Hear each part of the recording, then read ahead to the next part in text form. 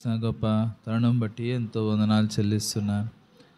అపవిత్రుడును తండ్రి, నన్ను జ్ఞాపకం చేసుకొని నీ ప్రియకుమారుడైన యేసుక్రీస్తు ప్రభువారి యొక్క రక్తంలో నా యొక్క ప్రతి పాపమును కడిగి నీ వంటి పరిశుద్ధ దేవుడు ఒక్కడును లేడని, నీవు తప్ప వేరే దేవుడు లేడని, తండ్రి నీ వంటి ఆశ్రయదుర్గము ఏదీ లేదని గుర్తించే అనుభవంలోనికి నన్ను జ్ఞాపకం చేసుకున్నావు. పరిశుద్ధ జనముగా చేసుకున్నావు. నీ పేరు పెట్టి నన్ను పిలుస్తూ వచ్చినావు. నీ ఐదంతల భద్రత చేత నన్ను కాపాడుతూ వస్తున్నందుకై ఉదయమారా నిన్ను స్తుతిస్తూ మహింపరుస్తూ నా జీవితంలో చేసిన మేలంతటిని బట్టి వ్యక్తిగతంగా, కుటుంబంగా, సంఘంగా తండ్రి నువ్వు ప్రతి విషయంలో కాచి కాపాడి బలపరుస్తూ వచ్చినావు. భద్రత ఇచ్చావు, క్షేమం ఇచ్చినావు, ఆరోగ్యం ఇచ్చినావు, పోషణ ఇచ్చినావు. అందుని బట్టి ఎంతో వందనాలు చెల్లిస్తూ తండ్రి పరలోక రాజ్యం అనే నిరీక్షణ నాకు అనుగ్రహించినందుకై ఉదయమారా నిన్ను స్తుతిస్తూ మహింపరుస్తూ నా హృదయపూర్వక స్తుతి ఆరాధన నా రక్షకుడైన యేసు క్రీస్తు వారి పరిశుద్ధ నామంలో నీ పాదంలో చెంత సమర్పిస్తున్నాను తండ్రి. ఆమేన్. లేచిన ప్రభు బలలో పాలు పంపులు కలిగి ఉంట కొరకై యోహాను సువార్త 6వ అధ్యాయం. యోహాను సువార్త 6వ అధ్యాయము 54వ వచనం అందరం కలిసి చదువుకుందాం. యోహాను సువార్త 6వ అధ్యాయము 54వ వచనము అందరము కలిసి చదువుకుందాం.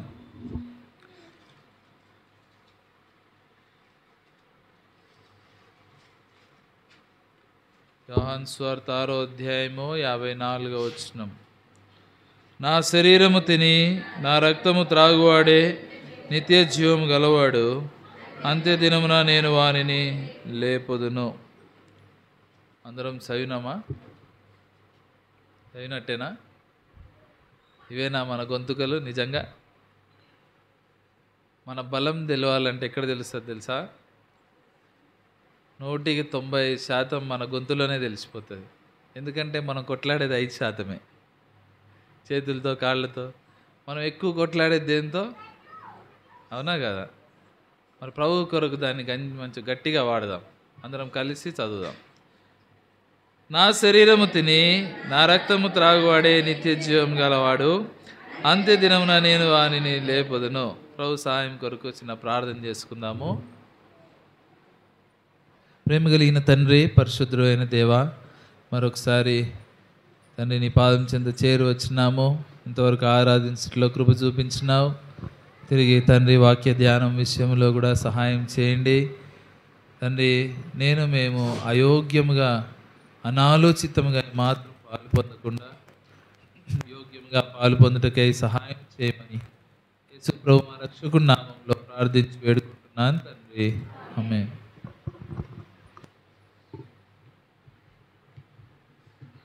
యోహాను సువార్త 6వ అధ్యాయం 54వ వచనంలో, నా శరీరము తిని నా రక్తము త్రాగువాడే నిత్య జీవము గలవాడు, అంత్య దినమున నేను వానిని లేపుదును. ప్రభువైన యేసు క్రీస్తు వారు ఆయనే తన స్వయంగా పలికినటువంటి మాటలు.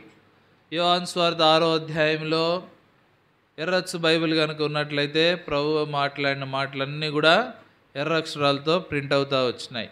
అయితే ఈ మాట ఆయన చెప్పినప్పుడు చాలామంది ఎంతో ఆశ్చర్యపడ్డారు, కొంతమంది అభ్యంతరపడ్డారు. మనము విశ్వాసులం కాబట్టి, లేకపోతే చిన్నప్పటి నుంచో, లేకపోతే దేవుని మందిరానికి వచ్చినప్పటి నుంచో ఈ మాటలు వింటాం కాబట్టి మనకు పెద్దగా ఆశ్చర్యం కలిగించదు. కానీ మొట్టమొదటిసారి విన్న వాళ్ళకి ఈ మాట చాలా ఆశ్చర్యంగా, చాలా ఇబ్బందికరంగా అనిపించింది. ఈ సందర్భం కూడా బైబిల్ గ్రంథంలో రాయబడతా వచ్చినప్పుడు, లేదా వాళ్ళ ప్రజలకు తెలియపరిచినప్పుడు వాళ్ళు కూడా చాలా ఇబ్బంది పడ్డారు. అందుకనే పై మాటలో అంటారు చూడండి, 54లో కాకుండా 52, 53 వచనాలు చదవండి ఎవరైనా.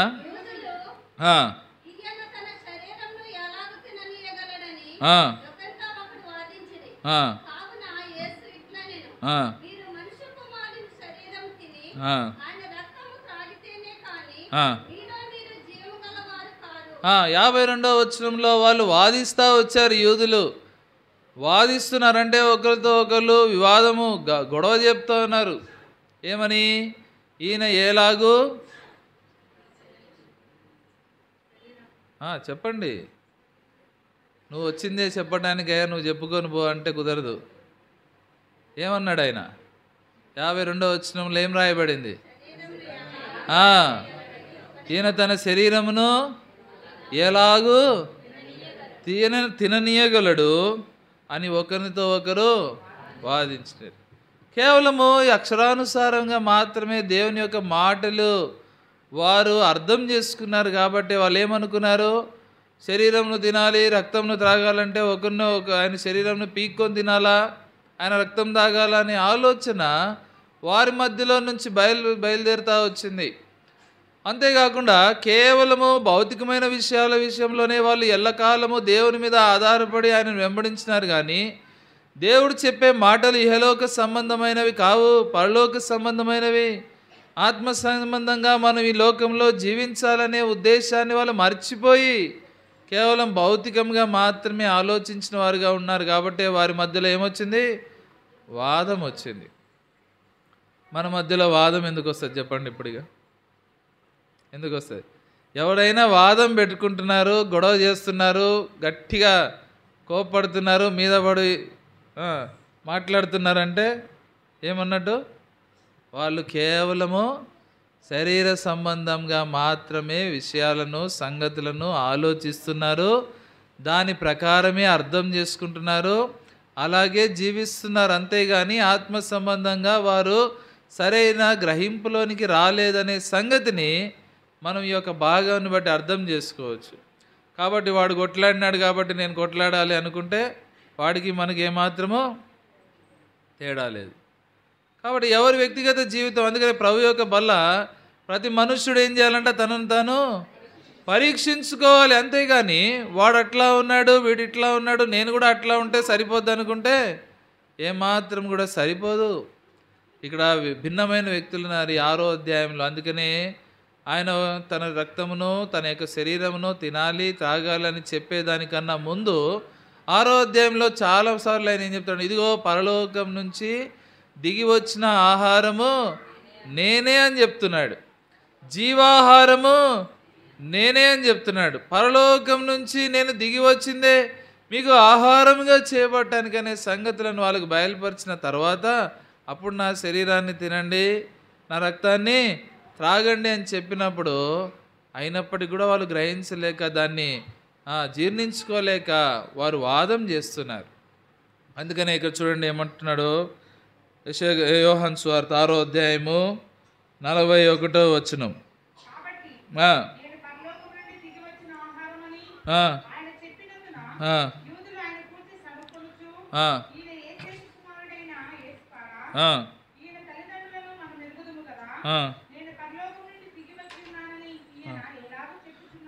పరలోకపు సంగతులు ఆయన వారికి బయలుపరిచినంత కాలము పరలోక సంబంధమైన లేదా దేవుని యొక్క వాక్యపరమైన సంగతులు, సత్యాలు, దేవుని యొక్క రాజ్యంలో ప్రవేశించాలంటే అక్కడ ఉన్నటువంటి పరిస్థితులు ఎలా ఉన్నాయో అవన్నీ చెప్పినప్పుడు వారు పెద్ద అభ్యంతరపడలేదు. కానీ పరలోకం నుంచి దిగి వచ్చిన ఆహారం నేనే అని చెప్పగానే ఏం చెప్తున్నారంటే అక్కడున్న యూదులు ఆయన గురించి సనుకొనుచు, ఈయన యోసేపు కుమారుడైన యేసు కాడా, ఈయన తల్లిదండ్రులను మనం ఎరుగుదుము కదా, నేను పరలోకం నుండి దిగి వచ్చి ఉన్నానని ఈయన ఎలాగూ చెప్పుకొనుచున్నాడు? ఎలాగ చెప్పుకుంటున్నారు?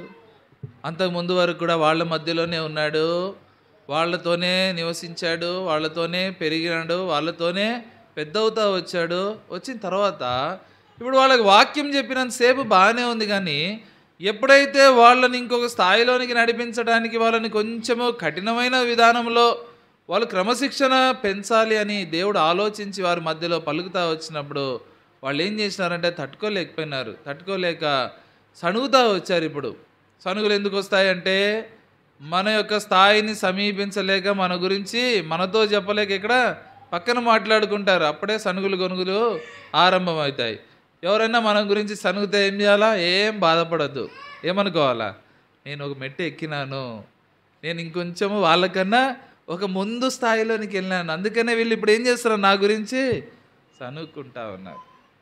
ప్రభు గురించి యోధులు సణుగుతా వచ్చారు. సనగడం మాత్రం కాకుండా ఏమంటున్నారు తెలుసా? ఒరే బాబు, నువ్వు అన్నీ బాగానే చెప్తున్నావు, మంచిదే, కానీ నువ్వెవరు? నువ్వు కేవలము యోసేపు కుమారుడు, ఒక వడ్లవాణి కుమారుడు. అంతకుముందు వరకు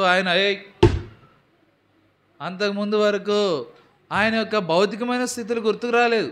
అంతకుముందు వరకు ఆయన వారికి అందరికీ ఎంతో దేవుని యొక్క వాక్యం బోధించినప్పుడు, ఎంతో చక్కగా వారి మధ్యలో అద్భుతములు చేస్తూ వచ్చినప్పుడు అవన్నీ గుర్తు రాలేదు. కానీ ఇప్పుడు వాళ్ళ వ్యక్తిగత జీవితాన్ని విషయంలోనికి వచ్చి వాళ్ళని క్రమపరచడానికి, గుణపరచడానికి చెప్పేటప్పుడు మాటలు చెప్పగానే ఏమన్నారంటే, ఈయన యోసేపు కుమారుడుగా, ఈయన తల్లిదండ్రులు మాకు తెలియదా, ఈయన యొక్క సోదరీమణులు మాతో పాటు లేరా అని ఆయన యొక్క వ్యక్తిగతమైన భౌతిక సంబంధమైన విషయాల గురించి వాళ్ళు మాట్లాడుతూ వచ్చారు. చాలా సందర్భాల్లో ఎవరన్నా ఒకవేళ ఒక వ్యక్తి మన మధ్యలో పుట్టి పెరిగి, లేకపోతే మన ఇంట్లోనే ఉన్నవాడు ఎవడన్నా ఏదన్నా కొంచెం నీతి మాటలు చెప్పినారనుకోండి, ఏమంటాము? లేకపోతే మన యొక్క పాలల్లో, మన యొక్క చుట్టాల్లో, మన బంధువుల్లో, లేకపోతే మన సంఘం వాళ్ళు చెప్పారనుకోండి, ఏమంటాం? చాలేరా చెప్పిన కాడికి, నీ సంగతి తెలియదా, మీ నాయన తెలియదా, మీ తాత తెలియదా, మీ ముత్తాత తెలియదా, మాకు ఏమి ఎప్పుడు అప్పుడు దాకా వాడి విషయంలో గుర్తురాని నాయన, తాత, తండ్రి, వాడి తాత కూడా ఎప్పుడు గుర్తొచ్చారు వ్యక్తిగతంగా. అందుకే మన ఆహాన్ని టచ్ చేసేసరికి ఏమైపోయింది, తట్టుకోలేక. ఇప్పుడు ఇక్కడ జరిగిన సంగతి కూడా అదే. అందుకని యూదులు ఏం చేసినారంట, మొట్టమొదట సనిగారు, రెండోది వాళ్ళ యొక్క కుటుంబం యొక్క విషయాలు, వాళ్ళ తల్లిదండ్రుల గురించి మాట్లాడుతూ వచ్చారు. మాట్లాడుతూ వచ్చినప్పుడు ప్రభు గ్రహిస్తూ వచ్చాడు, వీళ్ళు నా విషయంలో సనుగుతూ ఉన్నారు, వీళ్ళు నా విషయంలో ఎంతగానో సనుగుతూ ఉన్నారని. ఆయన 42వ వచనం చూడండి, 42 అమ్మా.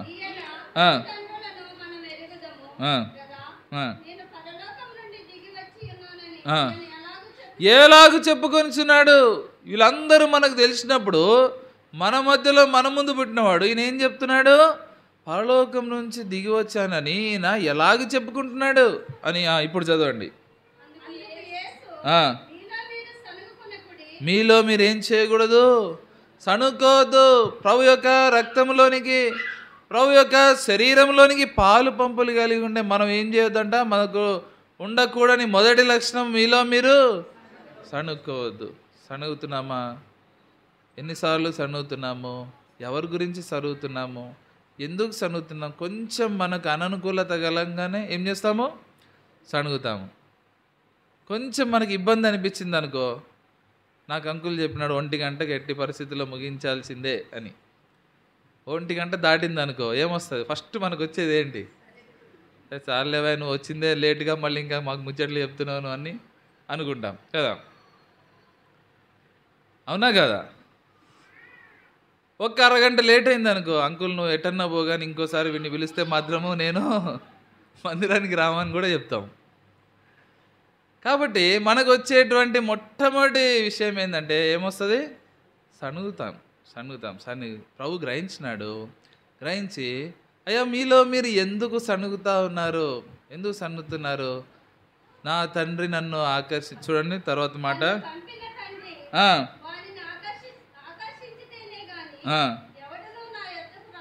రాలేడు, అంత్యదినమున నేను వానిని లేవు. అక్కడ నా శరీరము తిని నా రక్తంలోని త్రాగువారే నిత్య జీవం గలవారు, అంత్యదినమున వాడిని లేపదును. ఇక్కడ తండ్రి చేత ఆకర్షించబడిన వారముగా దేవుని ఇంట్లో గడపడానికి అయిష్టత లేకుండా, సణుగు లేకుండా, ఎట్టి పరిస్థితుల్లో అయినా నీవు నేను దేవుని ఇంట్లో గడపడానికి ఇష్టపడినప్పుడు ఏం చేయబడతామంటే తండ్రి చేత ఆకర్షించబడతాము. తండ్రి అంత్యదినమున మనల్ని లేపటానికి ఇష్టపడిన వాడిగా ఉంటున్నాడు. కేవలం యూదులు మాత్రమే కాదు, ఇంకోళ్ళు కూడా అభ్యంతరపడిన. 60వ వచనం చదవండి, 6వ అధ్యాయం 60వ వచనం. ఆయన శిష్యుల్లో అనేకులు ఈ మాట విని, ఇది కఠినమైన మాట, ఇది ఎవడు వినగలడని చెప్పుకుంటా వచ్చారు. వాళ్ళు ఏమనుకున్నారు? ఇది కఠినమైన మాట, నా శరీరం తినటం ఏంటి, ఆయన యొక్క రక్తము తాగటం ఏంటి, ఇది చాలా కఠినమైన మాట, ఇది కఠినమైన మాట కాబట్టి ఇది ఎవడు వినగలడు అని ఎవరు చెప్పుకున్నారంట? ఆయన యొక్క శిష్యులు చెప్పుకుంటా వచ్చారు. శిష్యులుగా చేయబడ్డారు. శిష్యులుగా దేవుని యొక్క సమీపంగా వారు ఆయనను వెంబడిస్తూ ఉన్నారు. ఉదయం నుంచి రాత్రి వరకు ఆయనతో పాటే ఉంటున్నారు, ఆయనతో పాటే నడుస్తున్నారు. ఆయన ఎంత అద్భుతమైన విషయాలు చేస్తున్నాడో, ఎంత గొప్ప సంగతులు వాళ్ళకి తెలియపరుస్తున్నాడో, దేవుని యొక్క రాజ్యం గురించి, పరలోక రాజ్యంలో ఇంత గొప్ప సంగతులు ఉన్నాయని వారికి బయలుపరుస్తూ వచ్చినప్పుడు అవన్నీ వాళ్ళు విన్నారు, చాలా దగ్గరగా ఉండి అనుభవించుతూ వచ్చారు. అయినప్పటికీ కూడా ఏం చేసినారంట, ఇది ఎవరు వినగలరు. అసలు వినటానికే ఇష్టం లేకపోతే దాన్ని ఎలా పాటిస్తాము? అసలు దేవుని యొక్క మాటలో ఇది కఠినమైన మాట, కఠినమైన మాట. దేవుని యొక్క మాట కొంచెం కఠినంగా మనల్ని బాగు చేయటానికో, మనల్ని సరి చేయటానికో, మనల్ని చక్కదిద్దటానికో, మనకి బుద్ధి చెప్పటానికో, మనల్ని గుణపరచటానికో, మనల్ని సరైన మార్గంలో పెట్టడానికో ఏదో ఒక కఠినమైన మాట దైవజనుల చేత బయలుపరచబడితే, వ్యక్తిగతంగా మాట్లాడితే చెప్పబడినప్పుడు ఏం చేస్తాం మనము? మనకు చాలా కష్టం అనిపిస్తుంది. ఇది వినటానికే ఇష్టం ఉండకపోతే దాన్ని పాటించి దాని ప్రకారం జీవించి మన జీవితం మార్చుకొని ప్రభువుకు అనుకూలంగా ఎప్పుడు జీవిస్తాము? శిష్యులు అన్నారు, ఇది కఠినమైన మాట, ఇది ఎవరు వినగలరు. వినటానికే ఇష్టం లేకపోతే వాళ్ళు చేయటానికి అసలు ఆలోచనే చేయట్లేదు. ఎన్నిసార్లు మనకి ఇష్టంగా అనిపించనివి, మనకి రుచికరంగా అనిపించనివి, మనకి వినటానికి ఏమాత్రం కూడా మంచిగా అనిపించని కఠినమైన, చేదైన, లేకపోతే ఆ యొక్క కఠినమైన మాటలు ఎన్నిసార్లు విడిచిపెడతా వచ్చినాము. విడిచిపెట్టి మనల్ని మనం బాగు చేసుకోలేక, దేవుని యొక్క మార్గంలో నడవలేక, దేవుడు కోరుకున్న స్థాయిలోనికి చేరుకోలేక ఎన్నోసార్లు నీవు నేను దేవుని మాటలను విడిచిపెడతాం. మనకు అవసరమైంది, మనకు అక్కడికి వచ్చేది, మనకి మేలు అనిపించింది, ఆశీర్వాదకరంగా అనిపించింది మాత్రమే తీసుకుంటాము. కానీ మనకి కొంచెం కఠినమైంది ఏం చేస్తాము? వదిలేస్తాము. పిల్లలు ఉన్నారు, మంచి అందరూ న్యూ క్లాసెస్కి వెళ్ళినారు కదా. న్యూ క్లాసెస్కి వెళ్ళినారని లాస్ట్ ఇయర్ ఎగ్జామ్స్ రాయకుండా వెళ్ళినారా? వెళ్ళరు. ఎందుకు?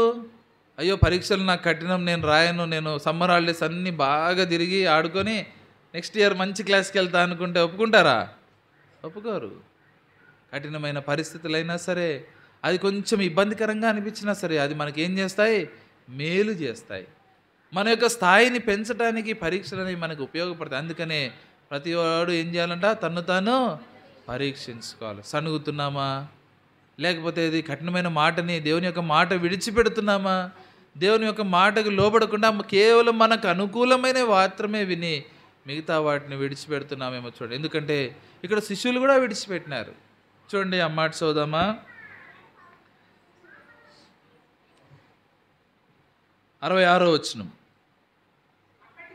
అప్పటి నుండి ఆయన శిష్యుల్లో అనేకులు వెనుకదీసి మరి ఎన్నడూను ఏం చేసిందంట? అప్పటి నుంచి ఆయన శిష్యుల్లో, కాబట్టి అప్పటి నుండి ఆయన శిష్యుల్లో ఏం చేసినారంట? అనేకులు వెనుకదీసి మరి ఎన్నడూను ఆయనను వెంబడించలేదు. ఆయన శిష్యులు అంటే మనకు గుర్తొచ్చే సంఖ్య ఎంత? 12 మంది. కానీ ఈ 12 మంది కన్నా ముందే చాలామంది శిష్యులు ఉన్నారు. ఎంతమంది ఉన్నారు చూడండి. లూకాసు వార్త 10వ అధ్యాయము 17వ వచనం. చాలు. ఎంతమంది అంట? 70 మంది శిష్యులు ఉన్నారు. 70 మంది శిష్యుల్లో మనకు కేవలం 12 మందే గుర్తున్నారు. 12 మంది మాత్రమే మనం గుర్తుంచుకోగట్టిన సంఖ్య ఉందంటే ఎంతమంది వెళ్ళిపోయినట్టు? 70 మందిలో 12 మంది ఉన్నారంటే ఎంతమంది వెళ్ళిపోయారు? 58 మంది వెళ్ళిపోయారు. అందుకనే బైబిల్ గ్రంథంలో రాయబడతా వచ్చింది అనేకులని. అప్పటి నుండి ఆయన శిష్యుల్లో అనేకులని ఎందుకు రాయబడతా వచ్చిందంటే 58 మంది వెళ్ళిపోతా వచ్చారంట. ఎందుకు? ఇది కఠినమైన మాట. ఇది కఠినమైన మాట. ఇది ఎవడు వినగలడు? దేవుని యొక్క వాక్యం ఎంతో కఠినంగా వస్తుంది. దేవుని యొక్క వాక్యము ఇంత కఠినమైతే నేను ఏమాత్రం కూడా వెంబడించలేనని చెప్పి వెళ్ళిపోయిన సంఖ్య 58 మంది. అక్కడ ఉన్న వారి పరిస్థితి ఏంటో గమనించండి. 70 మంది ఇట్లాగే మనలా కూర్చున్నారు అనుకోండి. 70 మందిలో ఈ రూమ్కి ఒకటే ద్వారం ఉన్నట్టు ఆ ద్వారంలో వాళ్ళు కూడా వెళ్ళిపోతున్నారు. 58 మంది వెళ్ళిపోతున్నారు. మిగిలిన 12 మందికి ఎట్లా ఉంటుంది? ఏమనిపిస్తుంది చెప్పండి? కరెక్ట్గా చెప్పినారు. అరే వాళ్ళే కరెక్ట్ ఏమో. ఎందుకంటే మనం ఏమనుకుంటామంటే మెజారిటీ ఎటుంటే అదే కరెక్ట్ అనుకుంటాము. అధిక సంఖ్యలో ఎవరు దేన్ని ఫాలో చేస్తున్నారో వెంబడిస్తున్నారో అదే నిజమైన మార్గం అనుకుంటాము. స్వల్పంగా కొంచెంగా ఉన్నది ఎప్పుడు మనకు ఎన్నికగా అనిపించదు. అందుకని 58 మంది వెళ్ళిపోతూ ఉంటే 12 మంది పరిస్థితి, కొంతమంది లేద్దామా వద్దా, లేస్తే ఎట్లా, కూర్చుంటే ఎట్లా అనే ఆలోచనతో కొంతమంది ఉంటారు. కొంతమంది వెళ్ళిపోయే వాళ్ళ పరిస్థితిలో నేను కూడా ఉంటే బాగుండు, వాళ్ళతో పాటు నేను ముందుంటే బాగుండు అని వాళ్ళు అనుకొని ఉండొచ్చు. కొంతమంది అయ్యో మనం తప్పు చేస్తున్నామేమో ఇక్కడే కూర్చొని అని అనుకుంటా ఉండొచ్చు.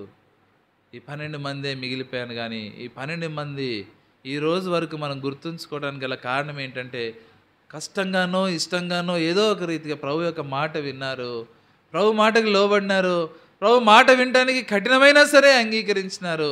ఈ రోజు వరకు కూడా మనం గుర్తుంచుకోవటానికి వాళ్ళు యోగ్యులుగా చేయబడతా వచ్చారు. ఎంత కష్టమైనా సరే వాళ్ళు నిలబడతా వచ్చారు. పోనీ వెళ్ళిపోయిన వాళ్ళ యొక్క స్థాయి ఏమన్నా సాధారణమైన స్థాయి కాదు. అప్పటికే వాళ్ళు శిష్యులు అనే స్టాండర్డ్లోనికి వచ్చారు. అంటే మనకన్నా చాలా గ్రేట్ స్టాండర్డ్లో ఉన్నారు వాళ్ళు. శిష్యులుగా ఉన్నారంటే మనలాగా ఏదో నార్మల్గా ఆదివారమో లేదా నియామక కూడికలకు వచ్చే విశ్వాసులు కాదు. ఏదో మన సామర్థ్యం మేరకు కొంత పరిచర్య చేసిన ఆ స్టేజ్ కాదు. ఇంకా ఎంతో హెచ్చైన మిన్నైనటువంటి స్టాండర్డ్లో స్థాయిలో ఉన్నవారుగా ఉంటున్నారు. ఇప్పుడు చదవండి లూకా సువార్త 10వ అధ్యాయము 17వ వచనం.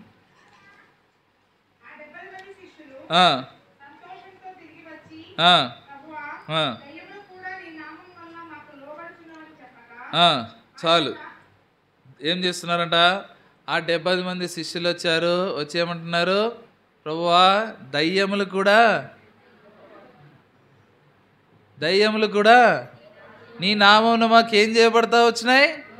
లోబడుతున్నాయి. దయ్యాలు కూడా మాకు లోబడుతున్నాయి అని వాళ్ళు ఎంతో సంతోషంతో వచ్చి చెప్పినారు. ఇక్కడ కూర్చున్న వారిలో ఎంతమంది దయ్యాలు వదిలించారు చెప్పండి? దయ్యాలు వదిలించినాం, మేము ప్రార్థన చేసినామంటే దయ్యాలు పారిపోవాల్సిందే అని ఎవ్వరు చెప్పలేము కదా. పోనీ ఎవరైనా దయ్యం పట్టిన వాళ్ళు వచ్చి ఇక్కడ కూర్చున్నారనుకో, మనం కూర్చుంటామా? కింద పడో మీద పడో నడవడానికి రాకపోయినా కాళ్ళు నొప్పులున్నా పరిగెత్తి ముందు బయటికి పారిపోవాలనుకుంటాం. కానీ వీళ్ళ పరిస్థితి అట్లా కాదు. దయ్యములు కూడా ఏం చేసినారంట? దయ్యములను వెళ్ళగొట్టారు. దయ్యములను వెళ్ళగొట్టి ఏం చెప్తాను? దయ్యాలు సైతం మాకు లోబడుతున్నాయని సంతోషంతో చెప్పేసరికి ప్రభు ఎంత జ్ఞాని కదా. అందుకని ఆయన దాని విషయంలో శబాష్ బేటా అనలే. ఏమన్నాడు?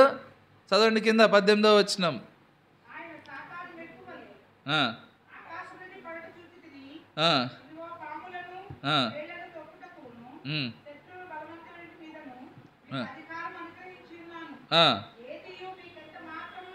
హాని చేయదు ఆయనను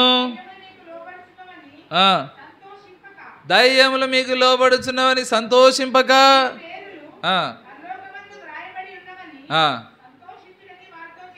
దేనికి సంతోషించాలి మనము?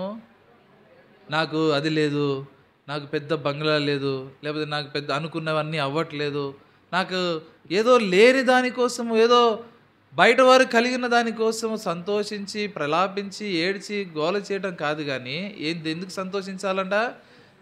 నేను సంతోషించటకు ప్రాముఖ్యమైన కారణం ఏంటంటే మన పేర్లు పరలోకమందున రాయబడి ఉన్నాయి.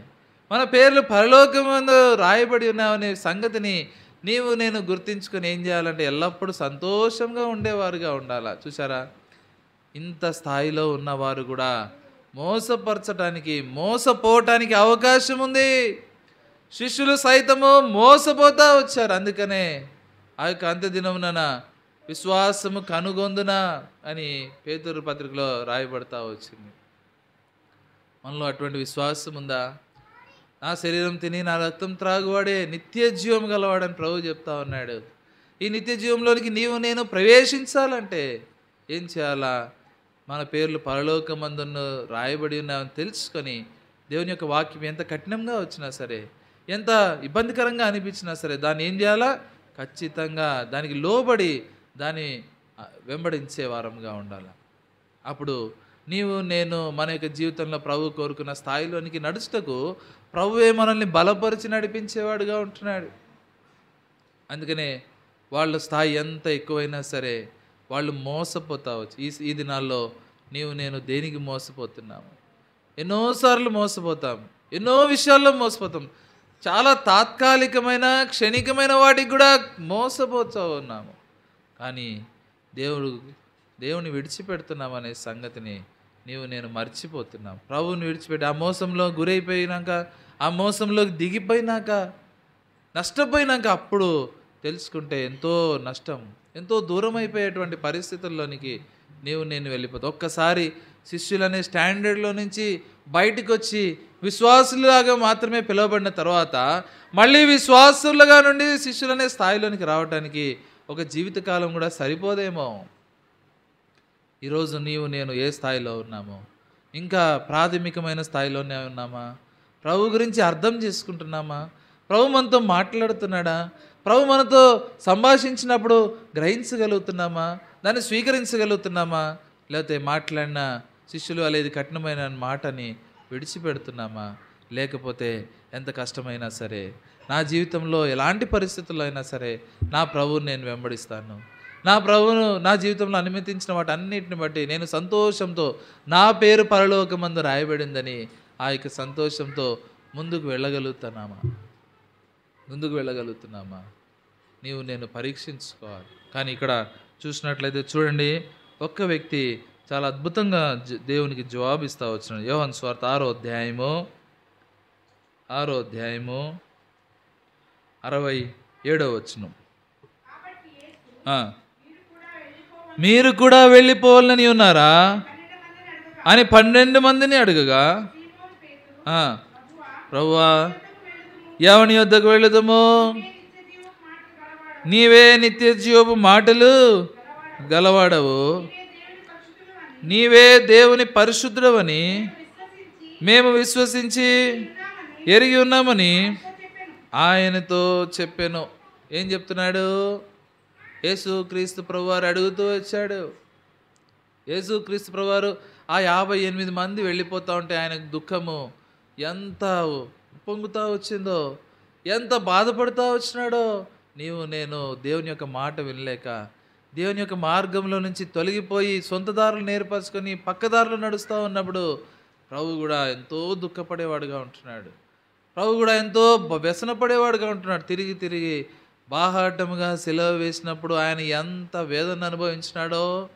ప్రభు యొక్క పిల్లలముగా చెప్పబడుతూ, విశ్వాసులముగా చెప్పబడుతూ, పరిచారకులముగా చెప్పబడుతూ, మన యొక్క సామర్థ్యం మేరకు మనకు అప్పగించబడిన పనిలో మనము కొనసాగుతూ ఉండి పక్కదారిలో నడుస్తూ ఉంటే ప్రభు ఎంతగానో వ్యసనపడి వేదన చెందేవాడుగా ఉంటున్నాడు. అందుకనే వాళ్ళని ఎంతో దయానీయంగా, ఎంతో దీనంగా అడుగుతున్నాడు. చూడండి, మీరు కూడా వెళ్ళిపోవాలని ఉన్నారా? క్వశ్చన్ మార్క్ ఉంది అక్కడ. మీరు కూడా వెళ్ళిపోవాలనుకుంటున్నారా? మీరు కూడా నన్ను విడిచిపెట్టాలనుకుంటున్నారా? ఈ దినాల్లో అయితే మనము బయటికి చెప్పట్లేదు ప్రభువుని విడిచిపెడుతున్నామని, బయటికి చెప్పట్లేదు మనం ప్రభువుని విడిచిపెట్టేసినాము. వేరే మార్గంలో, సొంత ఇష్టమైన మార్గంలో మనల్ని మనమే ఏర్పరచుకొని నడుస్తున్నాం. ప్రభు యొక్క మార్గంలో అసలు నడవటమే మానేసినాము. ఆయనతో సంభాషించి ఆయనతో సంప్రదించే విషయాలనే పక్కన పెట్టేస్తూ సొంత మార్గం ఏర్పరచుకొని కేవలము నామకార్థంగా దేవుని యొక్క బలలో పాలు పొందులు కలిగి ఉంటున్నాం. వాటి వలన ఏమాత్రం ప్రయోజనం లేకపోగా వ్యక్తిగతంగా నీవు నష్టపోతున్నావు.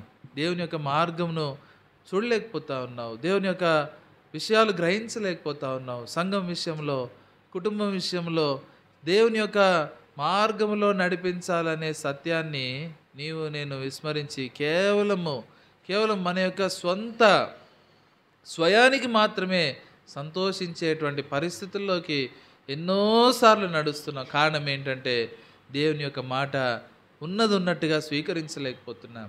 దేవుని యొక్క సంగతులు మన యొక్క జీవితంలో అన్వయించుకొని దేవుని మార్గంలో ఇష్టపూర్వకంగా నడవలేకపోతా ఉన్నాం. కేవలం మన ఇష్టాలకు ఇచ్చేటువంటి ప్రాధాన్యత దేవుని ఇష్టానికి ఇవ్వలేని పరిస్థితిని బట్టి రాజీపడి ఏం చేస్తున్నామంటే మన విశ్వాస జీవితాన్ని వాడికి తాకట్టు పెట్టేస్తున్నాం. నేను తాకట్టులో ఉంటున్నాము. మన సొంత బంగారం బ్యాంకులో తాకట్టు పెట్టినాం అనుకోండి, దాని మీద అధికారం ఉంటుందా? మనదే బంగారము. కేవలం ఏం చూసుకోవాలా? వాడిచ్చిన రసీదు చూసుకోవాలంతే. రసీదు చూసుకున్నప్పుడు సంతోషం ఉంటుందా? వేసుకుంటే సంతోషం ఉంటుందా? లేదన్నా మాకు రసీదే బాగుంటుంది, భద్రంగా ఉంది, ఏ దొంగలు దాన్ని. మన పరిస్థితి కూడా అంతే. మనం ప్రభు బిడ్డలము, విశ్వాసులమనే ఆ యొక్క చిట్టి మాత్రమే ఉంది, కానీ జీవితము, మన యొక్క ఆత్మ సంబంధమైన జీవితం ఎవరు తాకట్లో ఉంది? అపవాది యొక్క తాకట్లో పెట్టేస్తా వచ్చినాం. ఆయన అడుగుతా వచ్చినప్పుడు ఆయన అపోస్తలుడైన పేతురు ఒక్కడే మాట్లాడుతూ వచ్చినాడు. ఏమని చెప్పాడంటే, ప్రభువా మేము ఎవని యొద్దకు వెళ్ళుదుము, నిత్య జీవపు మాటలు గలవాడవు, నీవే దేవుని పరిశుద్ధుడు అని మేము విశ్వసించాము, ఎరిగి ఉన్నామని ఆయనతో చెప్పాను. పేతురు విషయంలో ఆలోచిస్తే చాలాసార్లు మనం ఏమనుకుంటామంటే, పేతురు చాలా తొందరపాటు స్వభావం కలిగినవాడు, పేతురు అంటే దుడుగు పేతురు, బొంకిన పేతురు, ప్రభుని విడిచిపెట్టినాడు, ఇవన్నీ, లేకపోతే ఆ యొక్క సైనికుని కత్తి తీసి సైనికుని యొక్క చెవి నరికినాడు, ఇవన్నీ గుర్తొస్తాయి. కానీ మిగతా 12 మంది, తటస్థంగా ఉన్న 12 మందిని స్థిరపరచడానికి, వారిని దృఢపరచడానికి మనము నిలిచిన మార్గము సరైన మార్గం అని చెప్పి వాళ్ళందరినీ బలపరచడానికి పేతురు ఒక్కడే మాట్లాడుతూ వచ్చారు. బహుశా మనం ఇక్కడ కూర్చుని అందరూ మాట్లాడేటువంటి సామర్థ్యం లేకపోవచ్చు, కానీ కనీసము మన చుట్టుపక్కల ఉన్న వారిని బలపరిచేటువంటి పరిస్థితుల్లో మనం ఉండాలి. మనం కూడా బహుశా అదే పరిస్థితుల్లో, అదే నిరుత్సాహంలో కొనసాగవచ్చు. మన పక్కనున్న వారికన్నా మన పరిస్థితి ఇంకా నీరసంగా ఉండొచ్చు, కానీ మనము నిలవబట్టం మాత్రమే కాదు, మన చుట్టుపక్కల ఉన్న వారిని నిలబెట్టాలా, మన చుట్టుపక్కల ఉన్న వాళ్ళని బలపరచాలి. మనల్ని చూస్తే వాళ్ళకి ధైర్యం రావాలా, మనల్ని చూస్తే వాళ్ళకి బలం అందుకోవాలా, మనల్ని చూసినప్పుడు వాళ్ళకు ఎంతోగానో ఉత్సాహం వచ్చేదిగా ఉండాలి. అట్లా నీవు నేను నిలబడాలి. నా వలన ఏమవుతుందిలే, నా ఒక్కదానితో ఏమవుతుంది, నా ఒక్కడితో ఏమవుతుంది అనుకోవాలి. ఇక్కడ ఒక్కడే మాట్లాడినాడు, నీవే నిత్య జీవపు మాటలు కలిగినవాడు, నీవే దేవుని పరిశుద్ధుడవు, నిన్ను వదిలిపెట్టి మేము ఎట్లా వెళ్ళగలుగుతాం, నిన్ను వదిలిపెట్టి మేము ఎలా నడుస్తాము అని ఆయన చెప్పిన ప్రభు యొక్క హృదయం ఎంత ఆనందించి ఉండొచ్చు. ప్రభువుని సంతోషించేటువంటి ఆ 2 మాటలు, ఆ స్వల్పమైన జీవితం సరిపోదా మన యొక్క జీవితాలు బాగుపరచబడటానికి? మనము గుణపరచబడటమే కాదు, మనం చేసుకునే తీర్మానం బట్టి మనల్ని నిలబెట్టడం మాత్రమే కాకుండా మన చుట్టుపక్కల ఉన్న వారికి బలమును చేకూర్చే రకంగా నీవు నేను జీవించగలగాలి. మన పక్కన వాడు కేవలం మన స్వార్థంతోనే కాకుండా మన పక్కవాడు కూడా మనల్ని చూసి ఎంతో ప్రోత్సహించబడాలి. అలాంటి పరిస్థితుల్లో మనం జీవించడానికి దేవుని యొక్క వాక్యం మీద నీవు నేను ఆధారపడే వారంగా ఉండాలి. అందుకనే నీవే నిత్య జీవపు మాటలు కలిగినవాడు, నీవే నిత్య జీవపు మాటలు కలిగినవాడు కాబట్టి మేము ఇంకెవ్వరి దగ్గరికి వెళ్ళలేము, మేము ఇంకెవ్వరిని సంప్రదించలేము, ఎవరిని ఆశ్రయించలేము అని ఆయన అన్నప్పుడు ప్రభు ఎంత సంతోషిస్తూ వచ్చాడు. మన జీవితంలో ఈ 3 విషయాలు మనం పరీక్షించుకుందాం. మొట్టమొదటి ఆయన చూసి సనుగుతూ వచ్చారు, రెండవది ఆయన్ని చూసి ఆయన చెప్పిన మాట విని ఇది కఠినమైన మాట అని చెప్తూ వచ్చారు, మూడవదిగా చూస్తే ఆయన్ని మరి ఎన్నడూ వెంబడించకుండా వెళ్ళిపోతూ వచ్చారు. ఈ 3 అంతట పరిస్థితులు జరుగుతూ వచ్చినప్పుడు 12 మంది శిష్యులు ఏమాత్రము వారి విశ్వాసము చెక్కు చెదరకుండా ఒక్కడే లేచి నిలబడతా వచ్చాడు.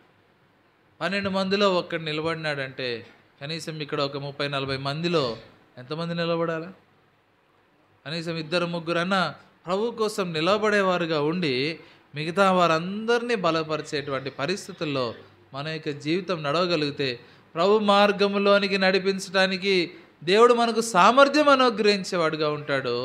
ఆయన రాకడ కొరకు నిందారహితంగా ఎదురు చూడటానికి ప్రభు మనకు సహాయం చేసేవాడుగా ఉంటున్నాడు. కాబట్టి ఇప్పుడున్న పరిస్థితులను బట్టి, ఇప్పుడున్న యొక్క కాలంలో ఎదుర్కొనే మన దైనందిక పరిస్థితులను బట్టి మనము మిగతా వారిని చూసి నిరుత్సాహపడటం కాదు, కానీ మనము ప్రభు యొక్క మార్గంలో నిలబడాలి. ఇప్పుడున్న స్థితిలో మనం ఇంకోళ్ళని బలపరిచే విధానంలో జీవించగలిగి ఇతరులకు ప్రోత్సాహకరంగా జీవించినట్లయితే ప్రభు మన జీవితం పట్ల ఎంతో సంతోషించేవాడుగా ఉంటాడు. అంత మాత్రమే కాకుండా నిన్ను ఇంకా అధికమైన స్థాయిలోనికి నడిపించడానికి ప్రభు ఎంతో ఇష్టపడేవాడుగా ఉంటాడు. ఈ దినాల్లో నిజంగా అటువంటి వారు చాలా కరువైపోతూ వచ్చారు, చాలా కష్టమైపోతూ ఉంది. ప్రభు మార్గంలో నడిపించడానికి, మనల్ని బలపరచడానికి నిలవబడే వాళ్ళు కనబడటమే కష్టమవుతూ ఉన్నప్పుడు ఆ స్థాయిలోనికి, ఆ స్థానంలోనికి ప్రభువా నేను రావటానికి ఇష్టపడుతున్నాను. నన్ను కూడా అట్లా బలపరచు. పేతురులాగా నేను బలపడతాను, నన్ను నేను సిద్ధపరచుకుంటాను. నా ద్వారా ఇతరులు కూడా బలపరిచేటువంటి పరిస్థితుల్లోనికి ప్రభువా నన్ను నడిపించని కోరుకున్నట్లయితే ప్రభు ఖచ్చితంగా మనల్ని అట్లా బలపరచడానికి సిద్ధపడేవాడుగా ఉంటున్నాడు. మనల్ని మనం పరీక్షించుకుందాం. గత వారంలో ఏ పరిస్థితుల్లో ప్రభు యొక్క మాట వినలేకపోతా వచ్చినాము, ఎక్కడ సనుగుతా వచ్చినాం, ఎక్కడ ప్రభువుని విడిచిపెట్టినాం. అక్కడైతే వాళ్ళు అనేకులు ఏం చేసినారంట, మరి ఎన్నడూనూ ప్రభువుని వెంబడించలేదు. బహుశా మన పరిస్థితి కూడా చాలాసార్లు ప్రభువుని వెంబడించట్లేదు, కానీ ప్రభు యొక్క మార్గంలో ఉన్నామనే తలంపుతో జీవిస్తూ ఉంటాము, కానీ హృదయపూర్వకంగా ప్రభువుని వెంబడించలేకపోతున్నాము. అటు రీతిగా మనం క్షమాపణ కోరుకుందాం. ప్రభువా నీ మార్గంలో నేను బయటికి వెళ్ళిపోయేవాడిని కాకుండా నేను నిలబడతాను. నీ కొరకు నీ యొక్క ప్రజలను బలపరచడానికి నేను ఒక సాధనంగా వినియోగించబట్టకు నాకు సహాయం చేయమని కోరుకుందాం. అట్లా మనల్ని మనం పరీక్షించుకొని బలలో పాలు పొందుదాము. దయచేసి మోకరించండి, ప్రార్థన చేసుకుంటాం.